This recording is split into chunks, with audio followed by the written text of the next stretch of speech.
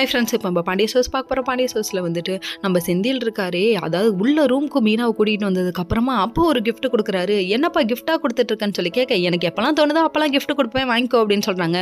உடனே மீனா சலிச்சுக்கிறாங்க.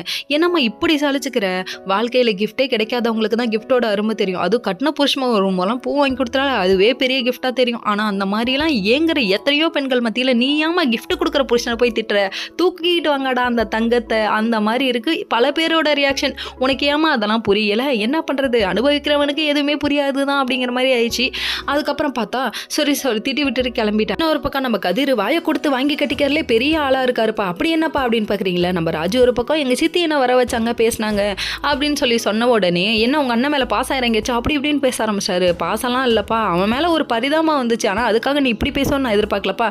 நீ ஷெல்ஃபிஷாக இருக்குன்னு சொல்லிட்டு என்ன சொல்லிட்டே இல்லை, இதுக்கப்புறம் நீ என்கிட்ட பேசினீங்கன்னா அவ்வளோதான் சொல்லிட்டு திட்டி விட்டுட்டு கிளம்பிட்டாங்க. அதுக்கப்புறம் படுத்து தூங்கும் போது பாதி ராத்திரியில் ராஜி வந்து கழுத்தை நெரிக்கிற மாதிரி கனவு கண்டிருப்பா போல டபக்குன்னு ஏஞ்சி உட்காந்துட்டாங்க. இப்படிதான் நாட்டில் முக்கால்வாசி பேர் முன்னாடி ஒன்று பேசிட்டு பின்னாடி பின் விளைவு அனுபவிக்கிறாங்க போல. இப்போதான் தெரியுது ஏன் பேய் அரைஞ்ச மாதிரி இருக்காங்க பாதி பேர் அவங்க லைஃப்லன்னு. சரி விடுங்க, இதெல்லாம் எதுக்கு வெளியே சொல்லிக்கிட்டு. இதெல்லாம் ஒரு பக்கம் இருக்க. மறுநாள் காலையில் ஏஞ்சி வாமா ஓடலான்னு கூப்பிட்டதுக்கு புனக்கு போட்டுக்கிட்டு வரலன்னு சொல்லிட்டாங்க. வாயை கொஞ்சம் குறைடா கதிர்னு அவருக்கு அட்வைஸ் பண்ணிக்கிட்டாரு.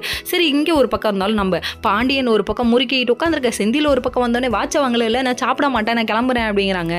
என்னடா இது மகனுக்கு வந்த ரோசத்தை பாரு அப்படிங்கிற மாதிரி ஆயிடுச்சு. அதுக்கப்புறம் சுகன்யா ஒரு பிட்ட போடுது, எதுக்கு அரசிக்கிட்ட வந்து குமார் கல்யாணம்னு ஏற்றி விடுதாமா, ஏற்றி விட செய்ய நீ என்ன சொன்னாலும் நான் கண்டுக்க மாட்டேன்.